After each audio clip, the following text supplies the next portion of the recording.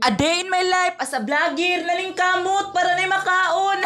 Sayo day ko ni mata na alas 3 pa dong alas 4 sa buntag kay naalagi tay laka mo na musayo tag mata nya humana day ko ana og ligo. Sayo gyud taon ko ni mata kay ganahan man kumugikan og sayo sa buntag kay dili gali alimuot og nindot kayo ang dagan ba peaceful og bugnaw kayo ang hangin. Dihang dapita na humana kog ligo pagka humana kog ligo na notebrush na dayon ko para igato na to sa syudad dili ta man himong baba. O di ba perti pag yung pagkangit-ngita di gyud maklaro ang atong palibot diri aba. Kay day ungo diri dapit sa atong kilid ba di gyud ta kalahos og syudad. Dihang dapita ni agi na ang bus mao nang amo na dayong gipara para makasakay nami dihang dapita. Dili sad sa ingon nga daghan kay pasahero no kay sayo pa man gud kaayo ni alas 3 sa kadlawon or buntag ba. Di ba makarelax yun ta anig maayo nya nindot sad kaayo ba kay tugnaw nya makatugtog ta ginagmay bisag wala tay tug. Atog man hinuon ko pero kani mo sayo ta og lakaw balami pa man kaayo dili imata oy kay lami pa kaayo ikatog ba ligid-ligid ba. Kay kung nanarbaho pa kaya dugay kay kamo mata way siguro na football na ka. Nindot man kayo og smile mura mag nakakaog bomba. Kini bitaw magsakay tag baso nya imo makita ang mga kanindot sa kalangitan nindot gyud kay sa pamati bagaan kayo sa paminaw. Mo na gingon bahalag walay dalang daghang kwarta basta importante na lingaw ta auto-ar. Sa pila ka istorya na abot ra gyud ta diring dapita ba. Kami pa man mga pasahero diri ay kay perti pa magyung pagkamingawa ba. Lingi pikas lingi luyo I love you. Lami kay atong tuog sa bus ba nya wata kabaw nga naabot na dayta. Ting pauli paning style murag nalapas na gyud ko ani sa asa dapita malapas ba. Kanday ko taman og abangan lang ninyo ako mga next upload og daghan king salamat sa mga nagsubaybay. Bye bye.